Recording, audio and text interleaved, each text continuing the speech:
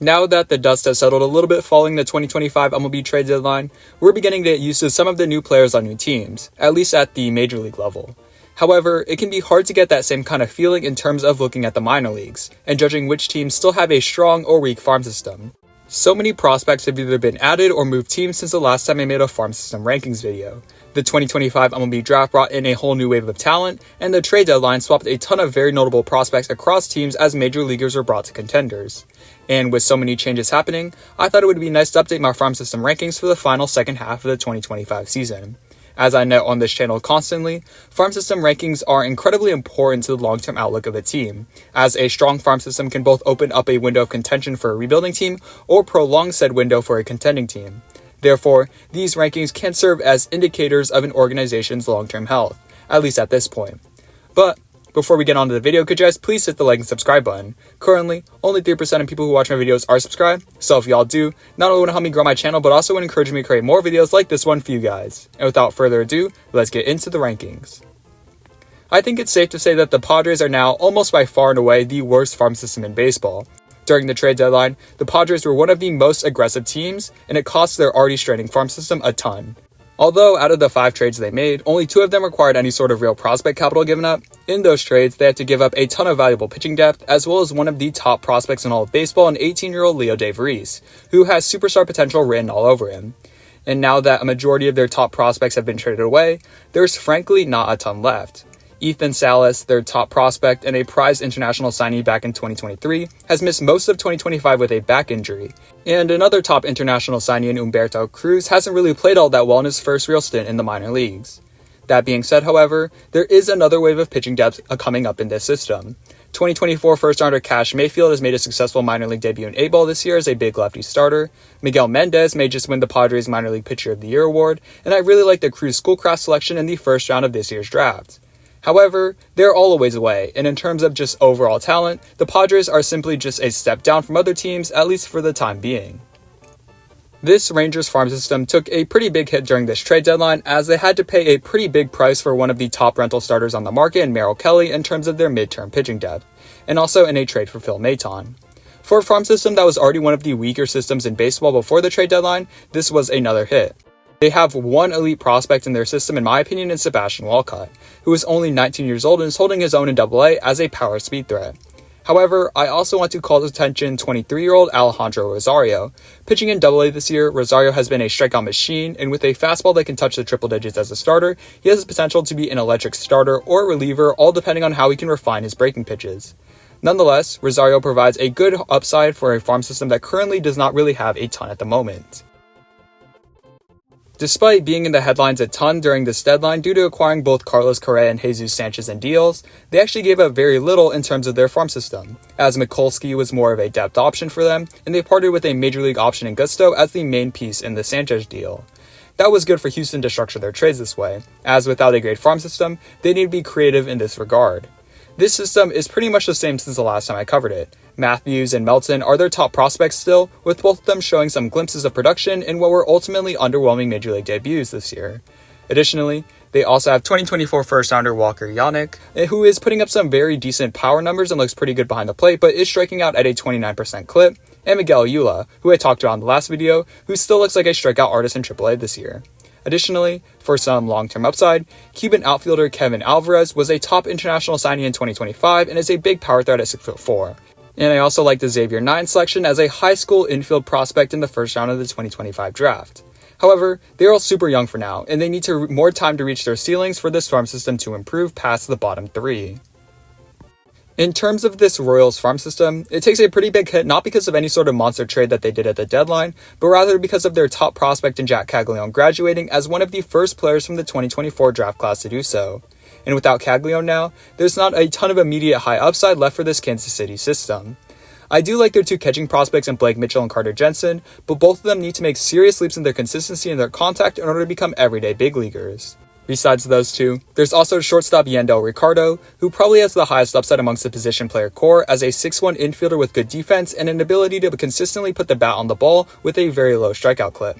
And there are also their top 2 selections in Josh Hammond and Sean Gamble in the 2025 draft, who provide some more mid-level position depth. However, that being said, this system does lack pitching. Outside of David Shields, a 2024 second-round pick who had a successful minor league debut, and Drew Beam, a third-rounder, there's not a ton there. And those two are in the lower levels of the minor league anyways, so they're a ways away. So this kind of explains the Freddie for me deal for me, as pitching is a long-term need for Kansas City with their farm system. The Angels were surprisingly buyers for the trade deadline, making a couple of minor moves that don't really impact these farm system rankings all that much. However, that being said, they did have a premium selection in the MLB draft, in which they would use the second overall pick to select UCLA's Tyler Bremner, one of the more polished pitchers coming out of the draft. Although it came as a surprise to many, given that Bremner was in that secondary tier of first-round arms in this draft, Bremner provides more upper minors pitching depth to a system that already has George Klassen and Caden Dana, who could all be in the rotation as soon as 2026. However, with neither of those two performing all that particularly well in the upper minor leagues this year, I want to focus on the lower level pitchers in Ryan Johnson and Chris Cortez, who have both seen their stocks rise this minor league season for the club. That being said, however, there's still not a ton here in terms of the hitting side. Christian Moore, their 2024 first-rounder, has been alright in his cup of coffee at the major league level, and Nelson Rada looks okay as a depth option, but they need a guy like top 2024 international signing Josué Lugo to emerge as a high upside piece at shortstop for the Angels to break out of the bottom 5. I think that this Brave system is a lot like the Angels system in that they both excel in having some decent pitching depth, with some real upside options in the lower levels of the minor leagues. 2023 first-rounder Hurston Waldrep looked pretty solid in his major league debut recently and could be a middle rotation starter for them in 2026, alongside J.R. Ritchie, who has been aggressively pushed through the minor leagues this year and has been putting up some solid numbers all along the way. For lower minors pitching depth, 2024 first-rounder Cam Caminiti has begun his minor league campaign, and although he's still young, he's been doing good in A-ball this year, which is a great start. And 2023 third-rounder Garrett Bauman soon looks ready to go at the AA level at only 20 years old. However, the lack of established high upside hitters is what hurts this list. Nacho Alvarez Jr. is upper minors depth for now, although do look for college shortstops Alex Lodis and Tate Southwestine to hopefully add that hitting upside in the near future. For the price of revamping their bullpen and filling their holes around the lineup, the Yankees sacrificed a ton of their depth, especially on the pitching front, and while they didn't part from any of their elite prospects, a price of not going after one of the elite rental options, the system does look a lot shakier than it's ever been. I want to start with Spencer Jones, who in terms of stats in the upper minor leagues has been great with 29 home runs, 20 stolen bases, and an OPS above 1,000. However, the caveat is that his strikeout rate is 36%, so he's not ready for major league action until that is fixed. However, as for their top other position player prospect in George Lombard Jr., he still hasn't gotten fully comfortable at hitting at the AA level. That being said, however, while the position player core does have some questions, and without a first-round pick they couldn't really alleviate any of those concerns, the upper minor league pitching depth that they have in Carlos LaGrange, Cam Schlittler, Alma Rodriguez-Cruz, and Chase Hampton is very nice for a club that has excellent pitching development. And while I doubt that they have upper rotation upside, they provide a nice floor for a future Yankees pitching staff. This Blue Jays system takes a small hit following a deadline that saw them lose a couple of prospects, but ultimately, this is still the same farm system that we discussed prior to the draft and deadline, except now they add a very nice high school shortstop prospect in JoJo Parker to pair alongside former first-rounder Arjun Amala as very young and high upside shortstop prospects. Meanwhile, as for pitching, while longtime prospect and lefty Ricky Tiedemann has struggled upon returning with his command, Trey Yesevich continues to look like the real deal in terms of his ability to strike batters out.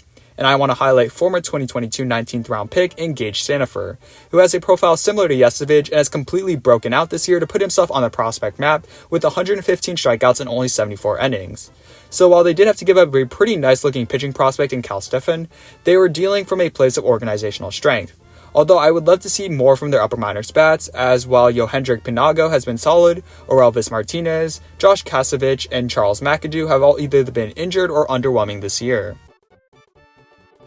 A lot has changed since the last time I made these rankings for the Giants, and it puts them in a fairly interesting spot in terms of ranking this farm system.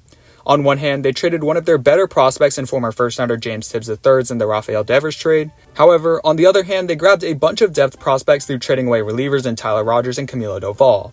And while Tibbs is more valuable than any prospect acquired back alone, I think that the sheer volume of prospects, especially the two acquired in the Tyler Rogers deal, more than make up for that one trade, leading to a small uptick in these rankings for San Francisco. Among the newcomers, I really like Drew Gilbert to eventually become an everyday corner outfielder as soon as next year. Blake Tidwell can eventually become a major league starter, and Jesus Rodriguez to maybe be a catcher if not third base option. However, that being said, the most upside still comes from internally, with the power-hitting first baseman in Bryce Eldridge, power speed threat and top international signee Joshua De Jesus Gonzalez, and second baseman and 2025 first-rounder Gavin Keelan to add some elite-level contact to a system that is overflowing with power. Personally, I see a tier jump starting here at 21. We're starting to get into farm systems that I really start to like. And we'll start this tier with the New York Mets, who, while with one of the more active trade deadlines got an entirely new bullpen, it did cost them a ton of their lower level and high upside prospects. Jesus Baez and Blake Tidwell among them. However, that being said, I still think that a couple of very nice prospects have emerged for them this season, even without a strong 2025 draft haul which saw them without a first-round pick. Jonah Tong might just win Minor League Pitcher of the Year pitching in AA. He's got 146 strikeouts in just 92 innings to become a top pitching prospect for the Mets, taking over for a system that already has two very high-tier pitching prospects of their own already in Nolan McLean and Brandon Sproat. On the hitting side, 2022 first-rounder Jet Williams and 2024 first-rounder Carson Bench still lead the way on that department, although they have certainly developed some more depth on that side, with a guy like Ryan Clifford posting a good power season in AA, or even some international guys like Elian Pena on that front, also providing some more long-term upside. I really like this Marlins draft class in which they selected Avar Arquette with their first-round selection and then Clemson's Cam Cannarella later on. I think that these two bats specifically help round out a farm system that has really strong pitching, as Thomas White continues to look like one of the best left-handed pitching prospects in the game, with Robbie Snell and close behind, and Noble Meyer just continuing to slowly develop after he was drafted in the first round in 2023. However, what prevents this farm system from moving up in these rankings are some of the younger hitting prospects, as both Starlin Caba and Andrew Salas, two of the highest upside yet young infielders in this entire system, haven't been performing all that well at the minor league level this season. And while this doesn't tarnish their long-term potential, their stocks aren't rising that much in the process. But still, this is the same farm system that once had elite level depth, and even if a couple of these guys, plus even more depth prospects like former first-rounders in Dylan Head or PJ Morlando, or some other players like Kemp Alderman or Division de los Santos, have strong second halves to help round out a farm system from the hitting perspective, then this could do wonders for their overall farm system strength. But a strong 2025 draft could simply solve all of that for them. The Boston Red Sox are one of the biggest fallers on this entire list. However, don't sound the alarm bells just yet, as from a major league perspective, they're still just fine. They fell a ton because two of the very best prospects in the entire game in Marcelo Meyer and Roman Anthony graduated, leaving a farm system whose top prospect is now either Franklin Arias, a toolsy infielder enjoying a pretty decent season in the lower levels of the minor leagues, or 2025 first-rounder Kyson Witherspoon, who I liked as a starting option for any club picking around the top 10. And although this farm system did take a pretty big hit this trade deadline, making some moves and giving up some real prospects for such, they continue to have pretty good depth.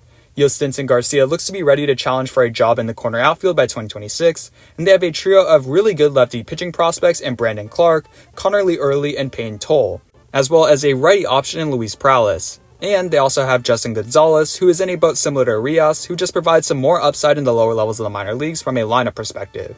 So for now, this Red Sox system may be at a slight dip, however, with so many prospects emerging, they could soon rise once again.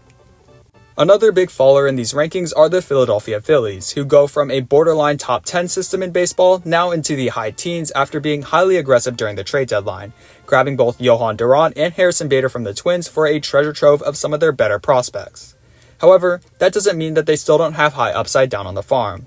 Although Andrew Painter hasn't been as dominant as he was pre-injury, which has prevented his expected call-up, the Phillies add another potential dominant starter in the mix in 2025 first-rounder Gage Wood, who at times looked unhittable at the college level, and could look to do the same once he joins the minor leagues. While they lost one of the better performing outfield prospects in Hendry Mendez in the Harrison Bader deal, they have a couple of other outfielders still in the mix in Justin Crawford, who has been great in AAA and could soon make his debut, Gabriel Rincones Jr., a hopeful middle-of-the-order lefty slugger, and Dante Nori, a 2024 first-rounder in the lower levels of the minor leagues with great speed. And this isn't even mentioning a top-level infield prospect that they have in 2023 first-rounder Aiden Miller. So, they have a ton of lineup depth, and if Andrew Painter can emerge as a top-of-the-line pitching prospect once again, as well as Gage Wood, they can once again emerge as a top-level farm system in baseball. While the Rockies by no means got worse in terms of their farm system, they fall down a tad bit in these rankings just because a couple of teams ahead of them were a tad bit more aggressive with their trade deadline moves. I thought that they actually had a very solid draft, grabbing not only Ethan Holiday, who I had as the number 1 ranked player on my board, but also Max Bellew, an outfielder out of Texas, to be a very solid new addition to a future Rockies lineup.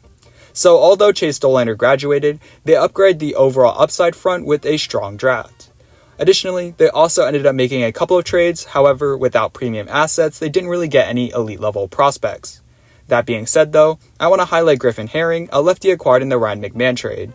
Herring has been excellent ever since being drafted in the 6th round in 2024. Across 17 starts, he has 106 strikeouts to only 37 walks and 92 innings with an ERA under 2 across 2 levels. While the stuff isn't overwhelming, he has shown an ability to miss bats and could really be a steal for Colorado if he continues this production in the upper levels of the minor leagues. Additionally, Rock Reggio, acquired in the Jake Bird deal, similarly has put himself on the map with 18 home runs in only 65 games. With the power to be a rare power-hitting second baseman, the Rockies could get a couple of dudes back in these trades, although in the lower levels of the minor leagues, it will take some time. As one of the more active sellers during the 2025 trade deadline, I think you would expect for this D-backs system to rise a ton on this list. However, the D-backs focus primarily on getting guys who could contribute to a hopeful run in 2026 over guys with super high upsides. So while they acquired considerable depth, they didn't get any super highly regarded prospects with sky-high upsides. Out of all of these prospects, the 2 most highly regarded are first baseman Tyler Locklear and lefty starter Cole Drake, both of whom can be everyday starters in 2026. And for the superstar upside, you still gotta look internally. Infielder Jordan Lawler will be a player to watch as the D-backs will look to see if his bat is major league caliber down the stretch run in 2025, and they will also have a couple of nice looking outfield prospects to watch in the lower levels of the minor leagues in 2024 first rounder Slade Caldwell and comp pick Ryan Waldschmidt, as well as 2025 first rounder Kyson Cunningham for the infield. But still, the pitching depth acquired from all these trades does help round out a burgeoning young lineup of hitters, hopefully to set the team up for success in the very near future. For the Nationals, even though they ended up only making a couple of trades, I thought that they did end up getting some really good value for their individual deals, especially on the Alex Call and Michael Soroka ones. Specifically, the 2 pitching prospects they got in Eric Swan and Jean-Paul Lignan in the Alex Call deal have some pretty good stuff. And while they are in the lower levels of the minor league still, with both of them in high A, they could see themselves rise up these rankings if they demonstrate the same type of strikeout stuff in Double A and beyond. Additionally, with the number 1 overall pick in this year's draft, they grabbed Eli Willits, who they were able to sign for under slot value, and were able to get a couple more developmental prospects in Ethan Petrie and Landon Harmon. So they got nice depth from this year's draft, as well as high upside in Willits, who has the offensive tools to be an all-star, rounding out a farm system that, while seeing its struggles, still has some high upside guys and 2 pitchers that are at the top of the list in Sakura and Susanna, who was acquired in that Juan Soto trade, and they both have elite stuff. Despite seeing one of the top prospects in all of baseball in Nick Kurtz graduate, along with Max Muncy and a defensive savant in Denzel Clark, this system actually improves in its rankings thanks to a strong 2025 draft which saw them select one of the top lefty starters in the draft in Jamie Arnold, along with an outfielder that I really like in Devin Taylor out of Indiana. Additionally, they are also one of the biggest upgraders of their farm system during the trade deadline, thanks to grabbing a king's ransom from the Padres for Mason Miller and JP Sears. Leo DeVries may just have the highest upside out of anyone in the minor leagues. At only 19 years old, he has an advanced approach at the plate and emerging power as a switch hitter. Additionally, he also has the raw athleticism and arm strength to be a plus defender and menace on the base paths. A true 5-tool prospect. Additionally, they also got a couple more upper minors pitching prospects who were top prospects in the Padres system in Braden Nett, who has a high 90s fastball, Henry Baez, who owns an ERA in the low 2s in Double A this year, and Eduardo Nunez, who immediately jumps into the major leagues as a reliever. Them, along with some top prospects already engaged jump, a 2024 comp pick having an excellent season in Double A, and Luis Morales, an international signee, and they add a ton of pitching depth to an organization that already has a ton of young hitters that I discussed in my old rankings video. A really good system to be for the A's. For the Cardinals, they also only made a couple of trades, and I thought they got good individual value in terms of prospect capital for each of them. And combine this with a strong 2025 draft led by their first rounder in Tennessee lefty Liam Doyle, they are one of the biggest risers on this entire list. I want to discuss probably the best prospect that they got from these trades, and that is 2022 international signee Jesus Baez. He's got a rare combination of strength and agility that, if he can get consistency in his contact down, can be a future superstar at the major league level. And while he's far from a finished product, at only 20 years old in high A, there is a ton of room for his stock to rise now in the Cardinals organization. I also want to talk about 2024 third rounder Nate Dome, who was also acquired in that Helsley deal. With a fastball in the mid-90s and a good slider and developing curveball and changeup to play off of that, he can be a future big league starter, especially if he keeps putting up these same kinds of numbers against higher level competition in the minor leagues.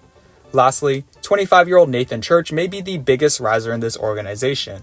The former 2022 11th round pick was initially thought of to be a speed and defense guy, but this year, ranging up to AAA, he has seemingly unlocked something in his power and contact abilities, posting an OPS over 900 with 12 home runs, already a career high in just 76 games. For a Cardinals team looking for more consistent guys in the lineup, Church should soon receive a major league call-up. And while with a lower draft slot due to making it all the way to the ALCS, I still think that the Guardians got good value with their selections, and while it may not stack up to teams with top 10 selections, they definitely hold their own in the draft, while also getting a very nice pitching prospect in Cal Stephan in the Shane Bieber trade. Stephan, a 2024 second-round pick, has been excellent this year with an ERA in the low 2s and 99 strikeouts and 91 innings across 3 levels. Certainly a riser from this draft class. And speaking of the 2024 draft class, first overall pick Travis Bazzana has seemingly figured it out after initially struggling in AA this year, although right when he was getting going, he did suffer an oblique strain. Additionally, this farm system is still rich with Major League ready hitters in CJ Kayfus, who continues to be a revelation, Chase DeLauder, a 2022 first-rounder, who has looked Major League ready before he suffered an injury of his own, and Cooper Ingle, a 2023 fourth-rounder, who has nearly as many walks as strikeouts in AA this year and could be the Guardians' starting catcher by 2026 or 2027. Although the Reds lost a nice young shortstop prospect in Sammy Staffer in the Ke'Bryan Hayes deal, they did get another young shortstop prospect with his own high upside in Steele Hall in the first round of this year's draft. Hall reminds me a little bit of Trey Turner. While the power isn't completely there yet, more gap to gap at the moment, he has pretty decent bat-to-ball skills and crazy athleticism that should serve him well both defensively and also on the base paths. It may take a while, but Steele Hall may turn into one of the better shortstop prospects the game has to offer. However, outside of that, the Reds also have a ton of soon-to-be Major League ready prospects to hopefully contribute to a run sometime in 2026. We have already seen what Chase Burns can do, as the former second overall pick became one of the first players from the 2024 draft class to reach the major leagues. However, to round out their pitching staff, they also have Chase Petty, a 2021 first-rounder acquired in the Sonny Gray deal, and Rhett Lauder, who impressed in 2024 and just returned following his injury in 2025 this season. For some more Major League ready hitting, there's infielders Cam Collier, Sal Stewart, and Edwin Arroyo on that front. And with so much infield depth now, the Reds could be one of the more aggressive teams on the trade market this offseason, looking for a potential star on the move. While this Brewers system as a whole takes a pretty big hit following the graduation of one of their elite top-of-the-line prospects in the flamethrower Jacob Misiorowski, and I didn't in particular like their 2025 draft all that much from a sheer rankings perspective, I still think that they're in a pretty good spot for the future, which may be why they chose not to make any real movement during the trade deadline this year. This season, Jesus Made has continued to see his stock rise. He's only 18 years old and has a ton of upside as a switch hitter who can hit for power from both sides. He has an advanced approach at the plate and good defense and athleticism. He's only an A-ball, so he's a ways away, but he's clearly in that elite tier of those uber young prospects. And the Brewers are excellent in their play development, so they may have a future superstar in their hands. However, that being said, Luis Pena is not that far behind. While he may not have the same level of power, the fellow 18-year-old has some of the best speed in all of the minor leagues and similar defense to round out a Milwaukee infield for the future. Meanwhile, for some more MLB ready prospects, they also have considerable depth too. If it weren't for the extensive injury last year, Jefferson Carroll would already be in the major leagues. Logan Henderson and Robert Gasser have already showcased glimpses of production at the major league level as pitching prospects, and Cooper Pratt is maybe a years away.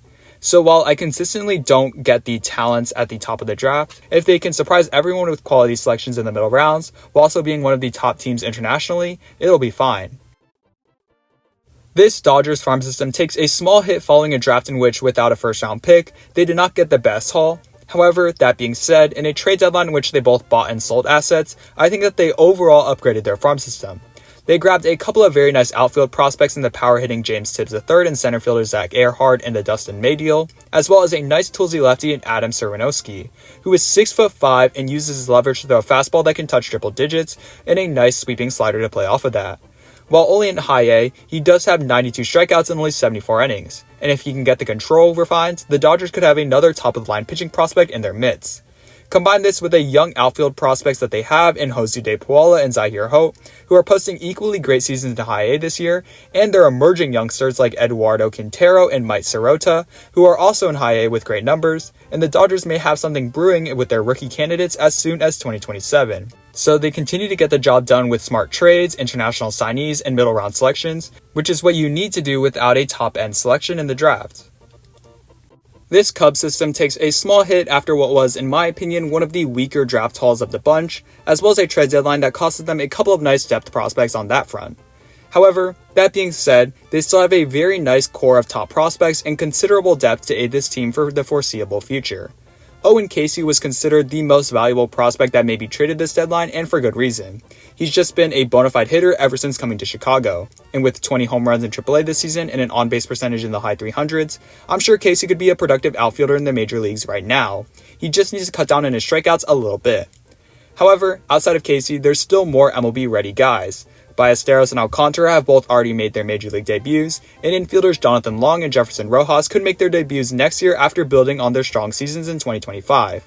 Meanwhile, for pitching, while it is definitely not as strong after Cade Horton graduated, 2023 comp pick Jackson Wiggins has emerged as a premier arm in their system, with a high 90s fastball and 79 strikeouts in just 62 innings with an ERA under 2 across high and AA, providing some pitching talents for an all-around strong system even following the rookie graduations. Although for the Rays, none of their top prospects have really emerged this season as some of the elite prospects in the game, they still have some of the best depth, which remains after a pretty interesting overall deadline of both buying and selling. Carson Williams hasn't wowed anyone at AAA this year, but still, he's an advanced hitter with great defense at shortstop, probably a starting shortstop for a bunch of teams already. Hitting-wise, former first-rounders Theo Gillen and Xavier Isaacs supply a ton of power potential, although Gillen is in the lower levels of the minor leagues and Isaacs struggled with injuries this season. You really have to look at 2023 third-rounder Trey Morgan for a player having a great minor league season. He gets on base a ton, and while the power hasn't emerged in AAA, he has an intriguing profile as a defensive savant at first base with good contact abilities. Meanwhile, on the pitching side, they have crazy depth as well, as Brody Hopkins, Santiago Suarez, Trevor Harrison, and Gary Gil-Hill are all posting great seasons around Tampa's minor league system. So overall, they have a perfect system to set themselves up for the near future, with a bunch of everyday players and bench options for them very soon. This White Sox system falls a little bit in these rankings following the graduation of their top catching prospect in Kyle Teal, as well as because of a fairly quiet trade deadline. Although I do like the Gage deal for pitching depth down on the farm, as while his ERA is a tad high, he limits the home runs and walks, which are great indicators of potential future success. Additionally, 2025 first-rounder Billy Carlson is also a great add. He's a great defensive shortstop, maybe the best in the class, and if his bat emerges, he's all of a sudden a top shortstop prospect in all of baseball. Meanwhile, as for their top prospects in lefties Noah Schultz and Hagen Smith, while they haven't been as dominant as in years past, as both have struggled limiting the walks and Schultz is giving up some more hard contact, they are some of the premier pitching prospects in the game still. However, what has emerged around them is what keeps their farm system well within the top 10. 2021 fifth-rounder Tanner McDougal has broken out at AA this year, with 116 strikeouts and only 93 innings to a 2.7 ERA. And their bats, from outfielder Braden Montgomery to former first-rounder Colson Montgomery, have all been impressive in their levels. And now also adding a new crop of prospects in the lower levels of the minor leagues like 2024 second-rounder Caleb Bonnemer and 2023 fifth-rounder Christian Opper, and this White Sox farm system is still one of the best in baseball. This Tigers farm system is pretty much the same farm system that it was during the last video. However, with a draft that I didn't particularly understand from a value standpoint and a trade deadline that costed them a couple of valuable depth pieces, they do drop down a tad bit in these rankings. That being said, however, in terms of their top-end guys, they are still one of the best in baseball. Kevin McGonigal may just be the best hitting infielder and a steal with the 37th overall selection in 2023. Max Clark is having a great season and impressing now that he's in AA. And 2024 first-rounder Bryce Rayner has had a successful pro debut. Additionally, both Jose de Briseño and Max Anderson are dominating in the lower levels of the minor leagues. And for pitching, Troy Melton has been a huge surprise and has been decent in his major league cup of coffee, and Jaden Ham and 2024 second-rounder Owen Hall provide some more younger pitching depth. This Tigers farm system is excellent, and I wonder as to why they didn't capitalize on all of this surplus value to grab a real impact player during the trade deadline this year.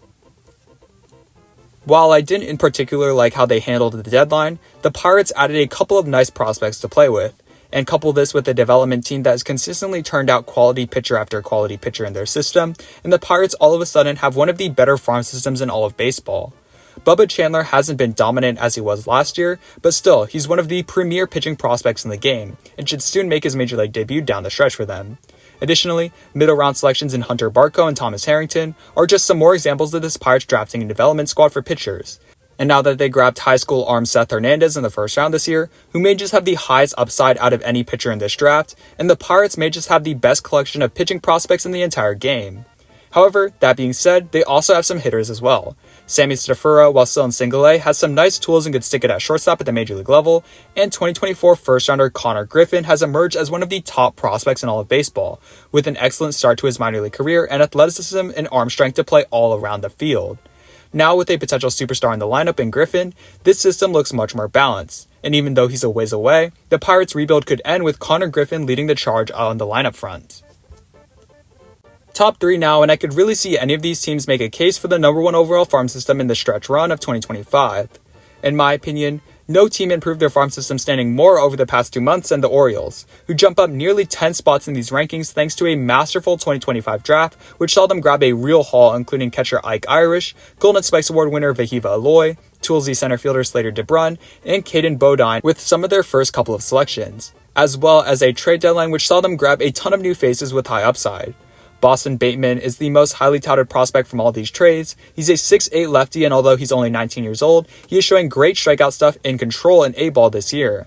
However, they also got Jerron Watts-Brown, who has 121 strikeouts in 93 innings, Wellington Aracena, who has 90 strikeouts in 69 innings, Wolfie De La Cruz, a top international signee in 2025 by Chicago, and a ton of other pitching prospects and lower-end hitters who add a ton of depth with high upside to a farm system that already has one of the top prospects in baseball in the power-hitting Samuel Basallo, and a bevy of other top picks in infielder Enrique Bradfield Jr., Dylan Beavers, Van Toneycutt, and others.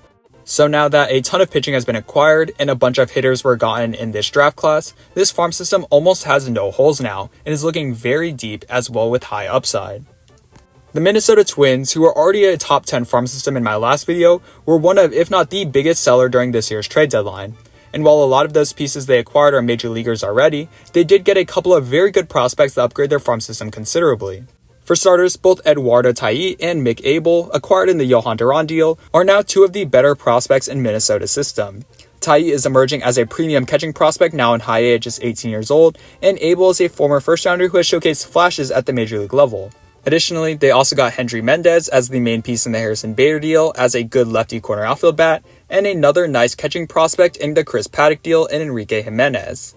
This is added to a farm system that already has 4 of the better hitting prospects in all of baseball in Walker Jenkins, who continues to showcase himself as an elite contact bat this season now in AA, Emmanuel Rodriguez, who despite being hit with a litany of injuries is one of the better prospects in the upper levels of the minor leagues at only 22 years old, Luke Keschel, a nice hitting utility man who just needs to stay healthy as well, and Kalen Culpepper, who has enjoyed a power surge this year and is quickly seeing his stock rise as one of the better shortstops taken during the 2024 draft. This system is very deep now, and with a couple of former first-rounders leading the charge in upside, the Twins look very nice for the upcoming future. Meanwhile, this leaves Seattle as taking the mantle for the best farm system in baseball. Despite being aggressive during this year's trade deadline, acquiring a couple of the best rentals in baseball in Eugenio Suarez and Josh Naylor, I thought that they actually gave up very little in the context of their overall system. And combine that with grabbing one of the premium pitching options with the 3rd overall pick in the draft in Cade Anderson, who has ace-level potential from the left-handed side, and the Mariners now have an elite farm system from both a depth and upside perspective pretty much on all fronts. Outside of Anderson now, 2024 second-rounder Ryan Sloan looks excellent in A-ball this year with a high 90s fastball and great secondaries. They have Arangelo Sinje, who they just pushed up to AA, and a couple more depth options in Michael Morales and Teddy McGraw.